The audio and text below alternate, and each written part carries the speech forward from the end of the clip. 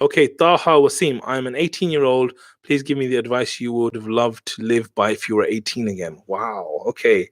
That's a good question. I'm an 18-year-old. Please give me the advice you would have loved to live by if you were 18 again. Amazing. Okay, so the first thing I think I would say is that know that life is all about relationships. Okay, life is all about relationships. It's about the relationship that you have with yourself.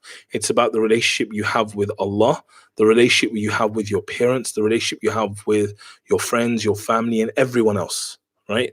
That is what life is all about. And the more you work on perfecting those relationships, the better your life's going to feel, the better your life's going to be. That's the first thing I'd say. Second thing I would say is that when it comes to your life, know that the success formula is Islam. Right? Like Umar radiallahu anhu said, like we were the lowest of the low, and Islam basically raised us to be high. And I'm saying to you that really and truly, if you want to have a happy life, a successful life in this life and the next, and be successful and be amazing and all this stuff, Islam is the key to doing that. Right? Islam is the key to doing that. So embrace Islam, embrace the relationship with Allah, and practice it. You know, the youth who practice Islam is a higher level than the older people that practice it. So I would say, like, practice Islam. Then the third thing I would say is that know that you're capable of more than you will ever believe right now. Like, I could tell you right now, I could have told myself as an 18-year-old that I would be on a Facebook Live and all these people would come on and they'd say your video is already helpful, and I would never have believed it. And I would never have thought I'm capable. So right now, as an 18-year-old, you don't know what you're capable of. But I promise you, you're capable of more than you think.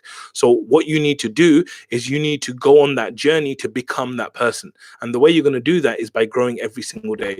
So I would say start to fall in love with either books or audios or something that's going to develop you, and take a little bit every day. But before you take that little bit, you need to believe that you're actually capable of becoming that amazing person. So I would say, like, really, really believe that you're capable of becoming this person. Prepare to be this person. Take action every single day to become better, to realize what you're doing. And then also I'd say be patient, because really, you know, sometimes you're impatient, especially in today's world. Like, we're seeing people who are rich, we're seeing celebrities, we're seeing this, we're seeing that, and you want it now. Like, be patient. Be patient with Allah, because I feel sorry for people that are growing up today. If you're 18 years old, you know, I always give people the example. If I wanted to watch a TV program that I really liked, I would have to wait for every Tuesday evening at 5:30 or 6 o'clock, and it would come on at that one point, and I would never be able to, if I missed it, that was it. Right?